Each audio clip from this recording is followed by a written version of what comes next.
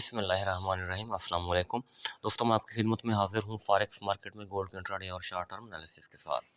अच्छा दोस्तों, एक टेक्निक होती है इम्पल्सिव वेव। ठीक है जी। तो ग़ालिबन आपने ये नाम सुना होगा सीनियर दोस्तों ने, तो बाकी दोस्तों को मैं बता देता हूँ। तो इसके 5 फेज़ होते हैं, मैं आपको दिखा देता हूँ। मैं वीडियो ये मैंने पहले होमवर्क नहीं किया, बस जस्ट मैंने शुरू कर दी है। 1 2 3 4 और 5 लेग आमतौर पर बड़ी होती है। ठीक है जी। इम्पल्सिव वेव इसको बोलते हैं। तो इसको डिस्कस कर लेते हैं। ये देखें, ये 1 मूव पूरा किया। ठीक है जी। फिर डाउन यहाँ तक आए। ठीक है जी।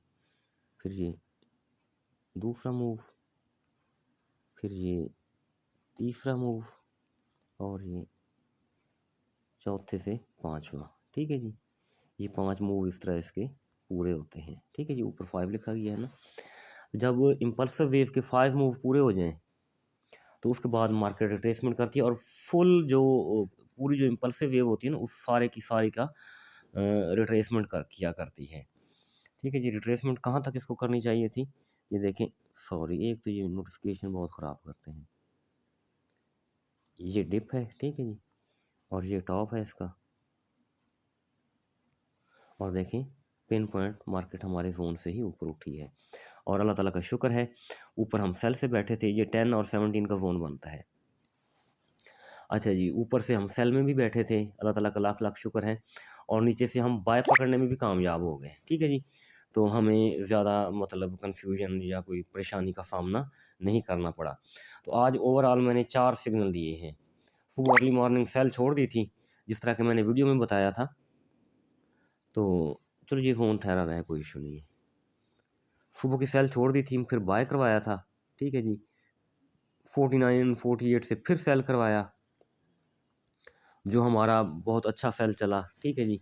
तो डिप से फिर बाय कराया और फिर छोटी सी एक स्काल्पिंग सेल कराई। तो आज अल्हम्दुलिल्लाह जिस तरह ना हम उसी तरह फॉर्म में आ चुकी है हमारी ट्रेडिंग। उसी तरह हमारी फॉर्म में ट्रेडिंग आ चुकी है जिस तरह हम दिसंबर से पहले किया करते थे। आप भी थोड़ा थोड़ा कॉन्फिडेंस अपना बिल्ड करें और छोटी छोटी लाट लगा के ना मतलब मार्केट में इन होना शुरू में। बड़ी लाट तो ना लगाएं, बहरहाल छोटी लाट लगाते जाए, जोन टू जोन प्ले करें, कोई इशू नहीं है। अच्छा ठीक है, इम्पल्सिव वेव हो गई। जब इम्पल्सिव वेव पूरी हो जाती है तो उसके बाद 2 ऑप्शन होते हैं। एक, मार्केट फौरी तौर पर रिट्रेसमेंट करती है और स्ट्रांग रिट्रेसमेंट होती है, और ये वाटरफॉल रिट्रेसमेंट होती है। वो वाटरफॉल रिट्रेसमेंट अब हो चुकी।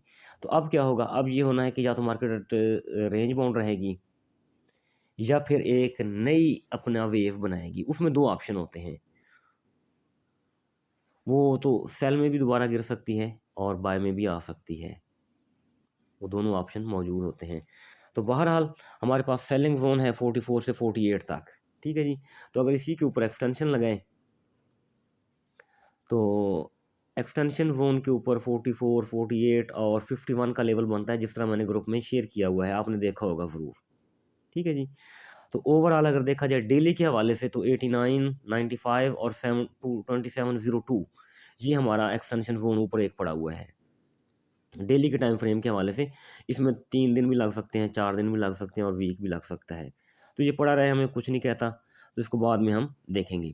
तो अभी हम जो सेल करेंगे 44 48 और 51, इससे पहले मेरे ख्याल में सेल हमें नहीं करनी चाहिए, क्योंकि जोन टू जोन में जाएगी तो हम प्ले करेंगे, अदरवाइज़ हम सेंटर से नहीं बैठेंगे।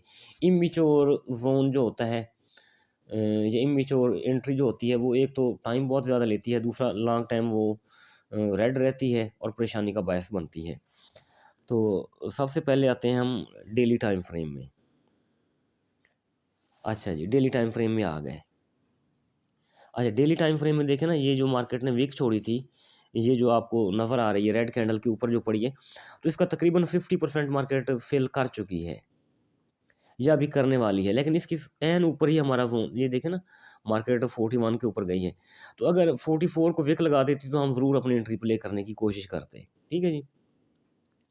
लेकिन जिस तरह मैंने पहले बात की, इमेच्योर एंट्री ना पकड़ें तो वो ज़्यादा बेहतर है। बंदा फारिग बैठा रहे, कोई इशू नहीं है। ठीक है जी। आपको डैशबोर्ड क्लियर रहे, हमें कोई इशू नहीं है। तो जब एंट्री पकड़ें तो बिल्कुल पिन पॉइंट पकड़ें, ताकि वो हमें ना क्या नाम है परेशानी से बचा जाए और अच्छा प्रॉफिट मिले। अभी तो मार्केट क्लोज होने वाली है और स्लो हो चुकी है। तो मेरे ख्याल में हमें 44, 48 और 51 यहाँ वेट करना चाहिए।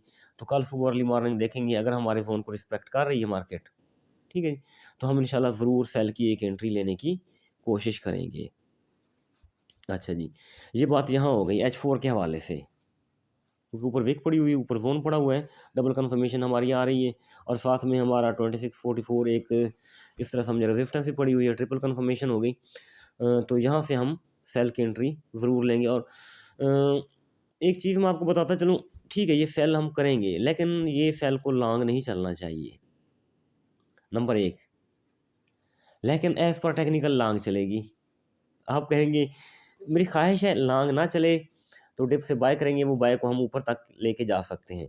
लेकिन ये ग्रीन कैंडल देख रहे हैं आप, ये ग्रीन कैंडल भी अपनी वीक छोड़ी हुई है H4 के हवाले से। तो मार्केट अगर इसको फिल करने आ गई तो 2618, 2616 राउंड अबाउट इधर आएगी। तो फिर हम उधर जाके देखेंगे MT4 में जाके। तो अगर मार्केट 17 के नीचे 26 मैं ये ग्रुप में वाइस कर चुका हूँ, तो इसके नीचे स्टेबल होती है, तो फिर मार्केट ने सेल आ जाना है वीकली और मंथली के हवाले से। और फिर मार्केट मतलब ज़्यादा दबाव में आ जाएगी और सेल में रहने की कोशिश करेगी। एवरी टॉप सेल करेंगे तो वो ज़्यादा बेहतर रहेगा as compare to buying. Buying हमारी उसी वक्त कंफर्म होगी जब मार्केट 48, 50 राउंड अबाउट इसके ऊपर H4 की कैंडल क्लोज करेगी, क्योंकि हमारे पास उधर मूविंग एवरेज वगैरह है ना। तो जब तक उनसे बाहर नहीं निकलेगी, वो जो एक किस्म का नेट बना पड़ा है, एक जाल बना पड़ा है ना, तो उससे बाहर नहीं निकलेगी, अपने आप को बाहर नहीं निकालेगी, तो मार्केट का ऊपर जाना खासा मुश्किल है। तो लास्ट संडे तो बस थोड़ा मैं बिज़ी हो गया था, मैंने ना मूविंग एवरेज के ऊपर वीडियो बनानी थी और एक बनानी थी RSI के ऊपर। तो इंशाल्लाह दोस्त कह रहे हैं, तो आप मुझे लाज़मी याद करवाइएगा फ्राइडे नाइट। फ्राइडे नाइट में इंशाल्लाह मैं आपको वीडियो बना के दूँगा मूविंग एवरेज के ऊपर, ठीक है जी?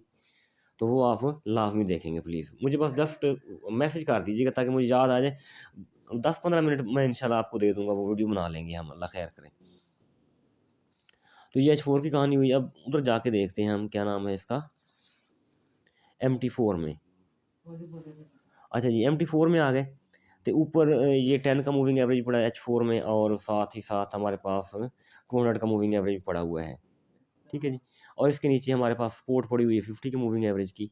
तो मार्केट अब ऑसिलेशन कर रही है, लेकिन ये देखें 38% ऑफ फेबो, मार्केट ने इसके ऊर विक छोड़ के फिर नीचे आई है। इट मीन ये लेवल ब्रेक हो चुका है।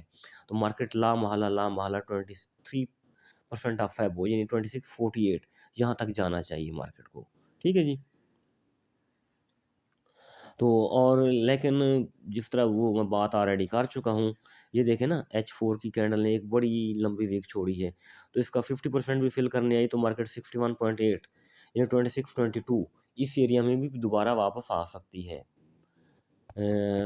यानी अगर ऊपर हमारी सेल चल गई तो इस तरह समझे ये हम इसको काफ़ी नीचे लेके आ सकते हैं, दूसरे अल्फाज में, ठीक है जी। लेकिन अगर जिस तरह मैंने वो अपनी ख्वाहिश का इज़हार किया, तो ख्वाहिश तो मेरी ये है कि यहाँ से सेल चले 48 से, तो 200 के मूविंग एवरेज तक रुक जाए, या ज़्यादा से ज़्यादा 50 की मूविंग एवरेज तक 34 तक रुक जाए, या 40 तक रुक जाए, ठीक है जी। तो यहाँ से फिर हम दोबारा बाय की तरफ बैठने की कोशिश करेंगे। तो अदरवाइज़ अगर इससे नीचे आती है 50 की मूविंग एवरेज की, तो 100 एवरेज ये वीक भी फिल कर जाएगी, और कम से कम 60%। अब देखें मार्केट ने 71% ऑफ फेबो रिट्रेसमेंट पूरा किया, तो कम से कम फिर यहाँ तक तो आना पड़ेगा, 22 तक तो आना ही होगा मार्केट को। एहतियात लाजिम है, ठीक है जी।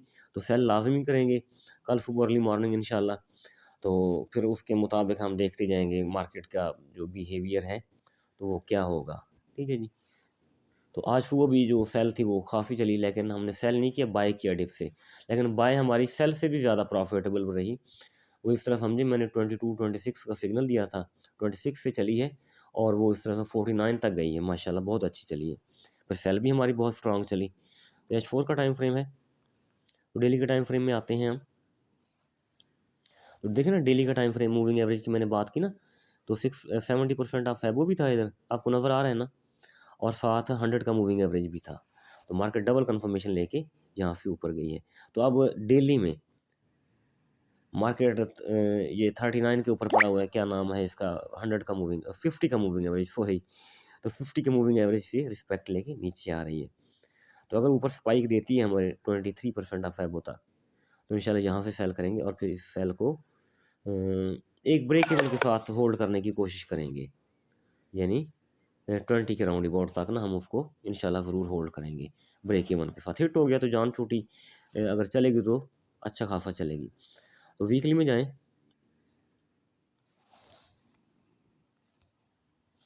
तो वीकली कैंडल में ना ये आप देखें कि मार्केट पिन पॉइंट ये है 10 का मूविंग एवरेज, इसको ब्रेक नहीं कर पा रही और इसकी खासी रिस्पेक्ट ले रही है। ठीक है जी। तो अगर ये देखें 23% ऑफ फैब वो कहाँ तक बनता है, सॉरी 39 के ऊपर बनता है ना, 48 के ऊपर बनता है। ठीक है जी। अच्छा जी, 48 के ऊपर स्टेबल होना चाहिए।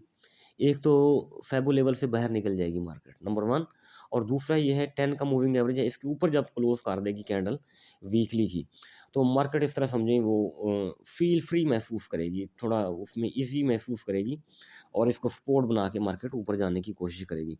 तो जब तक 23 के नीचे रहती है तो साफ वाले फिर यही निचले लेवल वो लाजमी टाइप करेगी, क्योंकि ऊपर ये मूविंग एवरेज पड़ा हुआ है। मंथली मंथली कैंडल, मंथली फैबो लगाए हुए हैं बहरहाल। अच्छा जी, H4 में जाने की कोशिश करते हैं। H4 में वही वीक वाला वो सीन दोबारा हमें दिख रहा है। ठीक है जी। तो हो सकता है मार्केट थोड़ा इसको फेल करने ज़रूर आएगी। तो ज़ोन बना लेते हैं।